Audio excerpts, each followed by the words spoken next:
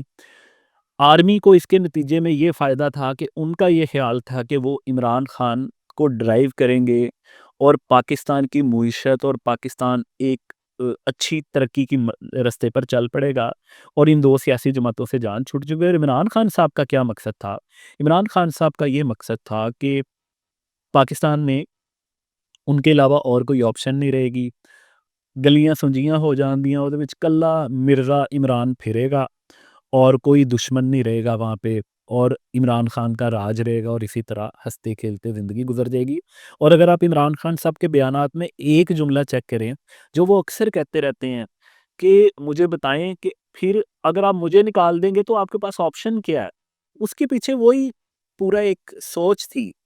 کہ باقی سیاستدانوں کو تو آپ نے میرے تھرو گندا کر دیا ہے, ان کو آپ نے اتنا زیادہ بدنام کر دیا, تو اب میرے علاوہ آپ کے پاس آپشن کیا رہی ہے؟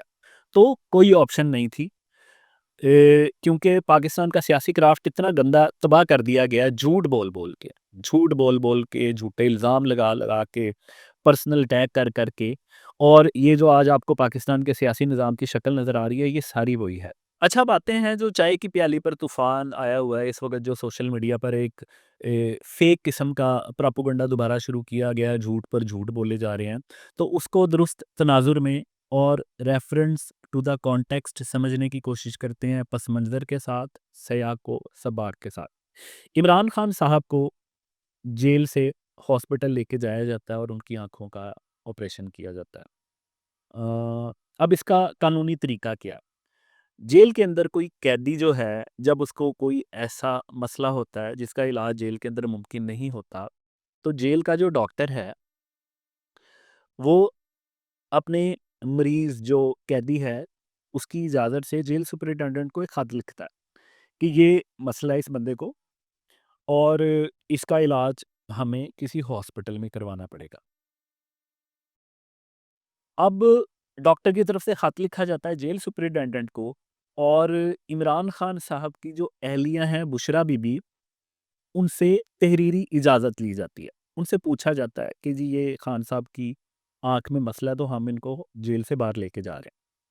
اس کے بعد عمران خان صاحب کو لے کے جایا جاتا ہے جیل سے باہر, اور ان کی آنکھ کا آپریشن ہوتا ہے. قانونی نقطہ بہت سمپل سا ہے اور یہ ہے. اب اس کے اندر جو اخلاقی نقطہ ہے وہ یہ ہے کہ ان کی بہنوں کو کیوں نہیں بتایا گیا. تو جو اہل خانہ ہوتے ہیں وہ آپ کے بیوی اور بچے ہوتے ہیں. آپ کی جو سسٹر ہیں وہ اس وقت آپ کی اہل خانہ ہیں جس وقت ان کی شادی نہیں ہوئی. جب ان کی شادی ہو گئی, ان کے شوہر ہیں, ان کے بچے ہیں, تو ان کے شوہر اور ان کے بچے ان کے اہل خانہ. آپ کی بیوی اور آپ کے بچے اہل خانہ ہیں. عمران خان کے اہل خانہ کون ہیں؟ عمران خان کے اہل خانہ ہیں ان کی تیسری جو وائف ہیں محترمہ بشرا بی بی, ان کے 2 بیٹے اور ان کی ایک بیٹی, جو تینوں کے تینوں ایک ہی گھر میں جمامہ, ان کی دوسری پہلی جو بیگم ہیں جمائمہ گولڈ سمتھ, ان کے گھر میں ان کی گارڈین شپ میں عمران خان کے تینوں بچے پال رہے ہیں. ٹیریان خان جو ہیں ان کی ایک جاب ہوئی ہے نیو یارک میں, اور اس لیے وہ سال کے 6 مہینے وہاں پہ جاتی ہیں, لیکن سال کے 6 مہینے وہ اپنے دونوں بھائیوں, اپنی سوتیلی والدہ کے ساتھ گزارتی ہیں. عمران خان صاحب جیل میں گئے ہیں تو ہم یہ سوال بھی نہیں اٹھاتے کہ ان کے بچے پاکستان میں کیوں نہیں آئے, ان کو آنا چاہیے تھا اگر انہیں اپنے والد سے اتنا پیار تھا. لیکن چلیں ہم یہ سوال نہیں اٹھاتے. لیکن عمران خان کے جو اہل خانہ ہیں وہ ان کے 3 بچے اور ان کی بشرا بی بی جو ان کی بیوی ہیں وہ ہیں. لیکن جو پی ٹی آئی کے صحافی ہیں انہوں نے جو ایک طوفان بپا کیا ہے کہ پاکستان کا سب سے بڑا لیڈر ہے, بھٹو سے بھی بڑا لیڈر ہے, اس لیڈر کی جان کو خطرہ ہے, فلاں کو خطرہ ہے, یہ منجن ہم کافی عرصے سے سن رہے ہیں کہ اگر عمران خان صاحب کو گرفتار کیا گیا تو ان کی جان کو خطرہ ہے, اگر عمران خان صاحب کو جیل میں لے گئے تو ان کی جان کو خطرہ ہے. تو ان کی جو جان ہے اس کو ابھی تک کوئی خطرہ فی الحال نظر نہیں آ رہا. کوئی ایسا لگ نہیں رہا کہ کوئی ان کو مارنے کے در پہ، اور کوئی اتنی بڑی بے وقوفی کیوں کرے گا؟ ایک بندہ خود اپنے پاؤں پر کلہاڑی مار چکا ہے تو کسی دوسرے کو کیا ضرورت ہے اس کو مارنے کی؟ اب پس منظر کی طرف آ جاتے ہیں۔ بہت بری حرکت ہے، ان کی بہنوں کو بھی بتانا چاہیے تھا، ان کے ڈاکٹرز کو بھی، معالجین کو، سب کو بتانا چاہیے تھا، لیکن عمران خان صاحب کا ریکارڈ اچھا نہیں ہے نا۔ عمران خان صاحب کرتے کیا ہیں؟ عمران خان صاحب کی بہن ان کے پاس ملنے آتی ہیں تو عمران خان صاحب پاکستان کی آرمی کے خلاف ان کو ٹویٹ لکھوا دیتے ہیں۔ پھر ان کی جو بہن ہے باہر جا کے وہ سیم الفاظ اپنے کسی سورس کے تھرو باہر بیٹھے جو ہینڈلرز ہیں ان کو دیتے ہیں، اور پھر عمران خان صاحب کی مریضوں والی، ذہنی مریضوں والی ٹویٹس لگنا شروع ہو جاتی ہیں، اور عمران خان صاحب پاکستان کی آرمی پر تنقید کر کے تو عالمی میڈیا کو ایک علیحدہ میسیج دینے کی کوشش کرتے ہیں۔ دوسرا کیا ہوتا کہ اگر عمران خان صاحب کے ڈاکٹرز کو بتایا جاتا، اور عمران خان صاحب تو نارمل بیہیو ہی نہیں کر لے، جب انہیں گرفتار کرنے جا رہے تھے نا انہوں نے اس وقت نارمل بیہیو کیا۔ تو اب فار ایگزامپل میں آپ سے پوچھتا ہوں، اگر عمران خان صاحب کے بہنوں کو بتایا جاتا جی عمران خان صاحب بھی اکھ چ مسئلہ ہے، انہوں دا علاج کرانا ہے، ان کی بہنوں نے کیا کرنا تھا؟ ان کی بہنوں نے یہ نہیں کرنا تھا کہ عمران خان صاحب جیل جا رہے ہیں تو وہ وہاں پر جاتی اور اپنے بھائی کی صحت کا پوچھتی اور دعائیں کرتی اور مسلے پہ بیٹھ جاتی۔ ہونا کیا تھا؟ ہونا یہ تھا کہ انہوں نے جو 2-4 ہزار بندے ان کے پاس ہیں، جو پیڈ لوگ ہیں، انہوں نے ان کو بلا لینا تھا، ایک احتجاج کرنے کی کوشش کرنی تھی۔ عمران خان کو دیکھ کے تھوڑا سا لوگ جو تھے وہ بکھر جاتے اور تھوڑی سی انارکی پھیل جاتی، توڑ پھوڑ ہوتی روڈز پہ، اور پھر ایک ہنگامہ بپا کرنے کی کوشش کرتے۔ اگر اس بات میں کسی کو بھی ڈاؤٹ ہے کہ جو میں بات کر رہا ہوں ایسا نہیں ہونا تھا، تو پھر آپ بھائی اپنا خود دیکھ سکتے ہیں، آپ اپنے خود ذمہ دار ہیں اپنی سوچ کے، اپنی ساری چیزوں کے۔ یہ سب کو پتہ ہے کہ یہی ہونا تھا۔ تو پھر جو حکومت ہے وہ پاگل تو نہیں ہے کہ وہ امن عامہ کو مشکل میں ڈالے، عوام کو مشکل میں ڈالے، روڈیں بلاک ہوں، توڑ پھوڑ ہوں، گالم گلوچ ہو، ڈنڈے سوٹے چلیں، آنسو گیس چلے، جی کیا وجہ؟ تو بہت سمپل سا مسئلہ ہے، اور یہ مسئلہ ایسا ہی تھا، ایسا ہی ہے، اور اس کو ایسے ہی لیا جائے، باقی جس نے جیسے لینا ہے اس کی مرضی ہے۔ ہر بندہ اپنے طریقے سے ہی چیزوں کو لیتا ہے، چیزوں کی بات کر رہا ہوں۔ تو اگر آپ کو ہماری یہ ویڈیو پسند آئی ہے اور آپ اسی چینل کی کوئی دوسری ویڈیو دیکھنا چاہتے ہیں تو اسکرین پر ایک لنک آ رہا ہے، آپ اس پر کلک کر سکتے ہیں۔ اس کا فائدہ آپ کو یہ ہوگا کہ جب بھی کوئی نئی ویڈیو اپلوڈ ہوگی تو آپ کو اس کا نوٹیفیکیشن آ جائے گا اور آپ اس ویڈیو کو بر وقت دیکھ سکیں گے۔